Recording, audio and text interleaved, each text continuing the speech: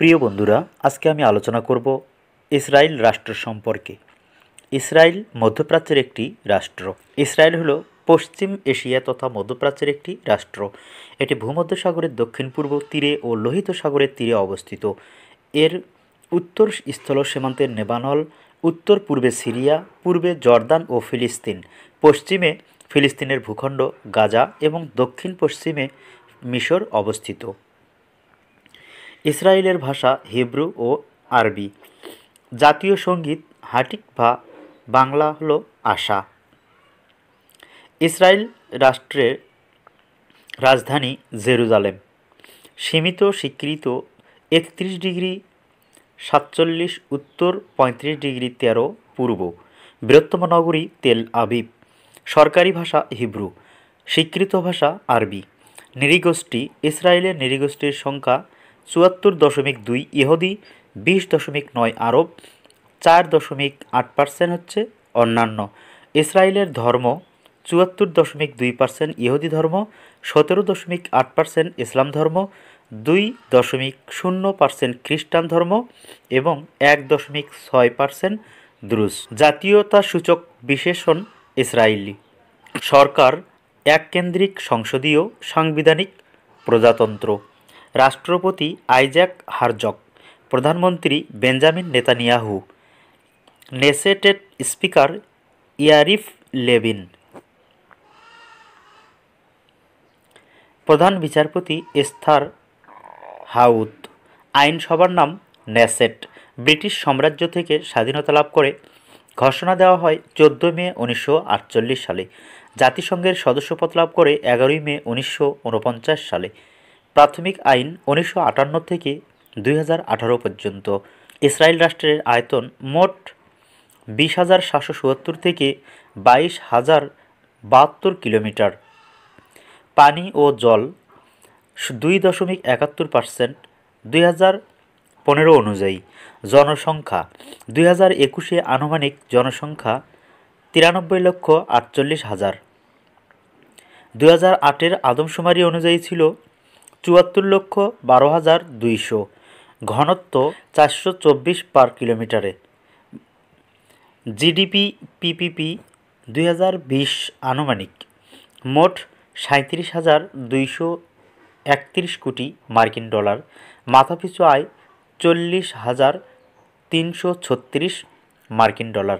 GDP মনোনীত 2020 আনুমানিক মোট 41,050 কোটি। মাথাপিছু 44,474। মানব উন্নয়ন সূচক অতি উচ্চ 19তম। মুদ্রা ইসরায়েলি সেকেল। সময় অঞ্চল ইউটিসি+2। গ্রীষ্মকালীন ইউটিসি+3 ইসরায়েলি গ্রীষ্ম সময়। তারিখ বিন্যাস। এখানে গাড়ি চালানো হয় ডান দিক থেকে। Calling code +972।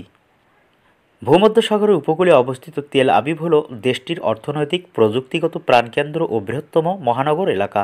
ইসরায়েল সমগ্র জেরুজালেম শহরকে নিজের রাজধানী হিসেবে দাবি করে আসছে, যদিও এই মর্যাদা সংখ্যাগরিষ্ঠ রাষ্ট্রই স্বীকার করে না। শহরের পশ্চিমভাগ ইসরায়েল নিয়ন্ত্রণাধীন এবং এখানে দেশটির সরকারি প্রতিষ্ঠানগুলি অবস্থিত। ইসরায়েলে মার্কিন যুক্তরাষ্ট্র, গুয়েতেমালা ও ইতালি ব্যতীত অন্যান্য 87টি দেশের দূতাবাস তেল আবিব নগর বা জেলায় অবস্থিত। এছাড়া হাইফা ও বেয়েরশেবা এরও আরও 2টি বৃহত্তম নগরী এলাকা। অর্থনৈতিকভাবে ইসরায়েল একটি অত্যন্ত উন্নত শিল্প প্রধান রাষ্ট্র এবং স্থূল অভ্যন্তরীণ উৎপাদনের হিসাবে ইসরায়েল বিশ্বের 34তম বৃহত্তম অর্থনীতি। ইসরায়েল অর্থনৈতিক সহযোগিতা ও উন্নয়ন সংস্থার সদস্য রাষ্ট্র।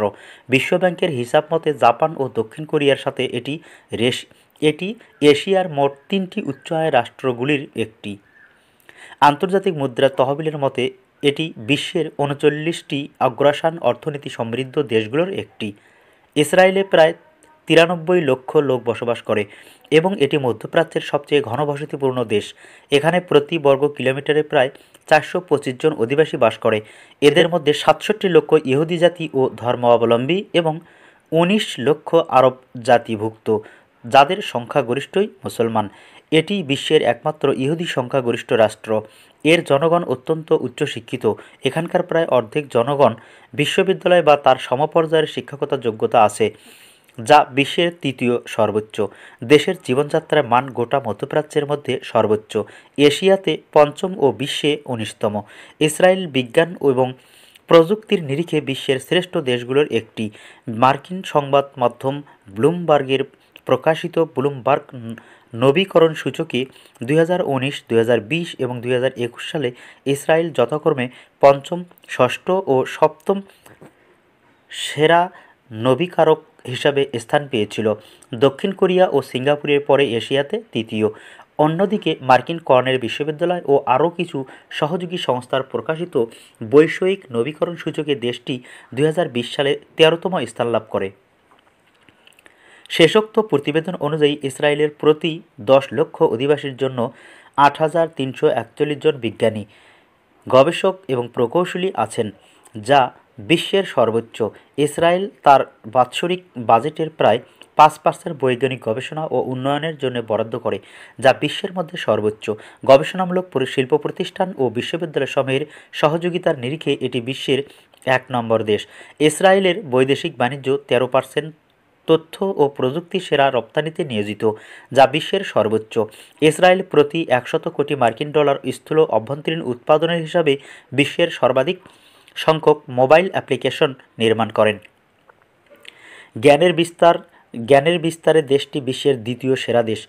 15 থেকে 65 বছরের প্রতি 10 লক্ষ ইসরায়েলি উইকিপিডিয়ায় সম্পাদনার সংখ্যা 94, যা বিশ্বের তৃতীয় সর্বোচ্চ। ইসরায়েল নিজেকে একটি ইহুদি গণতান্ত্রিক রাষ্ট্র হিসেবে দাবি করে। এখানে একটি প্রতিনিধিত্বমূলক সংসদীয় গণতন্ত্র বিদ্যমান। দেশটির এক কক্ষ বিশিষ্ট আইনসভার নাম ক্নেসেট। প্রধানমন্ত্রী সরকার প্রধানের দায়িত্ব পালন করেন। ইসরায়েল রাষ্ট্রের জন্ম, ইতিহাস ও রাজনৈতিক মধ্যপ্রাচ্য সংকটের সাথে ওতপ্রোতভাবে জড়িত। দেশটি স্বাধীন হওয়ার পর থেকেই প্রতিবেশী আরব রাষ্ট্রগুলির সাথে বেশ কয়েকবার যুদ্ধে লিপ্ত হয়। এটি 1967 সাল থেকে অর্ধ শতাব্দীর বেশি সময় ধরে ফিলিস্তিনি অধ্যুষিত পশ্চিম তীর এবং গাজা উপত্যকা সামরিকভাবে দখল করে আছে। এই ঘটনাটি আন্তর্জাতিকভাবে ইতিহাসের দীর্ঘতম সামরিক দখলের ঘটনা হিসেবেও গণ্য করা হয়।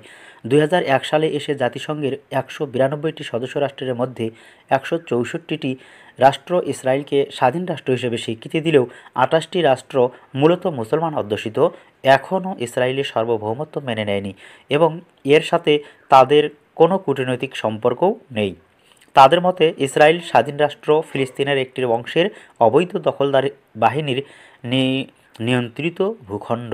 তবে নিকটতম 2 আরব প্রতিবেশী মিশর ও জর্দানের সাথে ইসরায়েলের শান্তি চুক্তির স্বাক্ষর করেছে এবং দেশ দুটির স্বীকৃতিও লাভ করেছে। মানবাধিকার সংস্থা হিউম্যান রাইটস ওয়াচ 2021 সালে এপ্রিল মাসে একটি প্রতিবেদন প্রকাশ করে, যাতে ঐতিহাসিক গবেষণা ও দালালিক যুক্তি প্রমাণসহ দাবি করা হয় যে ইসরায়েলি সরকার প্রণালীবদ্ধভাবে ইসরায়েলের ইহুদিদেরকে অগ্রাধিকার প্রদান করে এবং অধিকৃত পশ্চিম তীর ও গাজা ভূখণ্ডের ফিলিস্তিনিদের প্রতি বৈষম্যমূলক আচরণ করে। সংস্থাটির মতে ইসরায়েলের আইন ও নীতি ও ইসরায়েলের উচ্চপদস্থ কর্মচারীদের বিবৃতিতে সুস্পষ্ট প্রমাণিত হয় যে জনপরিসংখ্যান, রাজনৈতিক ক্ষমতা ও ভূমির উপরে ইহুদি ইসরায়েলিদের কর্তৃত্ব বজায় রাখার মূল লক্ষ্যটি ইসরায়েলি সরকারের সমস্ত নীতিকে দিক নির্দেশনা প্রদান করেছে। এ লক্ষ্যে ইসরায়েলি কর্তৃপক্ষ ফিলিস্তিনিদের জাতিগত পরিচয়ের ভিত্তিতে বিভিন্ন মাত্রায় তাদের বিরুদ্ধে ফিলিস্তিনি ভূখণ্ডে গণহারে ভূমি জবরদখল, অব্যাহতভাবে ইসরায়েলি বসতি নির্মাণ ও সুউচ্চ প্রাচীর নির্মাণ করে ফিলিস্তিনিদেরকে ছিটমহলে অবরুদ্ধকরণ ও বলপূর্বক পৃথকীকরণ, তাদের বসবাসের অধিকার ও নাগরিক অধিকার হরণ ও তাদের উপরে দমন পীড়নের মতো কাজগুলি সম্পাদন করে চলেছে। কিছু কিছু এলাকায় এই ধরনের বৈষম্য এতই প্রবল যে হিউম্যান রাইটস ওয়াচের মতে ইসরায়েলি সরকারের আচরণগুলি একটি অলিখিত সীমা লঙ্ঘন করেছে এবং এগুলি জাতি বিদ্বেষ ভিত্তিক, তাদের বসবাসের অধিকার ও নাগরিক অধিকার হরণ ও তাদের উপরে দমন নিপীড়নের মতো কাজগুলো সম্পাদন করে চলেছে। কিছু কিছু এলাকায় এই ধরনের বৈষম্য এতই প্রবল যে হিউম্যান রাইটস ওয়াচের মতে ইসরায়েলি সরকারের আচরণগুলো একটি অলিখিত সীমা লঙ্ঘন করেছে এবং এগুলি জাতিবিদ্বেষ ভিত্তিক ইথোকাবায়সন ও নিপীড়নের মতো মানবতার বিরুদ্ধে অপরাধ হিসেবে গণ্য হওয়ার যোগ্য। এর আগে 2017 সালে মানবাধিকার সংস্থা অ্যামনেস্টি ইন্টারন্যাশনাল বিবৃতি দেয় যে 50 বছরেরও বেশি সময় ধরে ইসরায়েল ফিলিস্তিনি জমি জবরদখল, 6 লক্ষ ইহুদির জন্য 280টির মতো অবৈধ বসতি স্থাপন, ফিলিস্তিনিদের বাসভূমি থেকে উচ্ছেদের পাশাপাশি অবাধ বৈষম্যমূলক আচরণের দ্বারা প্রতিদিন ফিলিস্তিনিদেরকে কর্মস্থলে গমন, বিদ্যালয়ে গমন, বিদেশে গমন, আত্মীয়দের সাক্ষাৎ, অর্থ উপার্জন, প্রতিবাদে অংশগ্রহণ, কৃষি ভূমিতে কাজ করার ক্ষমতা, এমনকি বিদ্যুৎ ও সুপেয় জলের লভ্যতার মতো মৌলিক অধিকারগুলি প্রণালীবদ্ধভাবে লঙ্ঘন করে চলেছে। নামকরণের ইতিহাস।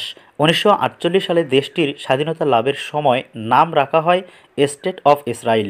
হিব্রু ভাষায় নাম রাখার কথা ভাবা হয়েছিল, যেমন ইসরায়েল দেশ, সিয়নো অথবা জিহুদিয়া। তবে ইসরায়েল নামটি হিব্রু এবং আরবি দুটো ভাষারই হওয়াতে এই নামই রাখার চূড়ান্ত সিদ্ধান্ত হয়।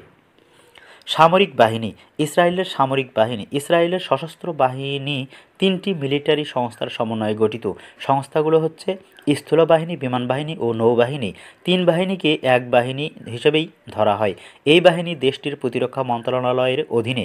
অফিসিয়ালি ইসরায়েল সশস্ত্র বাহিনী প্রতিষ্ঠা করা হয় 1948 সালের 26 মে ক্যাবিনেটের সিদ্ধান্তক্রমে। এই জন্য লিখিত আদেশ দেয় ইসরায়েলের প্রতিরক্ষা মন্ত্রণালয়। 1948 সালে আরব ইসরায়েল যুদ্ধের সময় বাধ্যতামূলকভাবে অনেক ইহুদি এই বাহিনীতে নিয়োগ দেওয়া হয়। এছাড়াও ইহুদিদের 3টি সংগঠন হাগানাহ, ইরগান ও লেহির সদস্যদের নিয়ে প্রাথমিকভাবে এই বাহিনী গঠন করা হয়। যুদ্ধের প্রেক্ষাপটে প্রতিষ্ঠা আর নিজেদের অস্তিত্ব টিকিয়ে রাখতে অনেকগুলো যুদ্ধে জড়িয়ে পড়তে হয় এই বাহিনীকে। বিভিন্ন দেশের সাথে এই বাহিনীর অস্ত্র ও প্রযুক্তির বেশ পার্থক্যও রয়েছে। এগুলোর মধ্যে উল্লেখযোগ্য হচ্ছে Merkava main battle tank, Uzi sub machine gun এবং গালিল ও ট্যাভর অ্যাস্ট্রল উন্নয়নে বিভিন্ন খাতে অর্থ সহযোগিতা করে মার্কিন যুক্তরাষ্ট্র। এর মধ্যে উল্লেখযোগ্য খাত হচ্ছে F-151 জেড বিমান, TH। বন্ধুরা, যদি আমার ভিডিওটি ভালো লেগে থাকে তো অবশ্যই সাবস্ক্রাইব করবেন, শেয়ার করবেন, কমেন্ট করে জানাবেন যে ভিডিওটি কেমন লাগছে এবং আপনি কোন জেলা থেকে দেখছেন। সেই সাথে যারা ফেসবুক পেজ থেকে দেখছেন অবশ্যই ফলো করে দেবেন। যারা ফলো করেছেন তাদেরকে অনেক অনেক ধন্যবাদ। খোদা হাফেজ।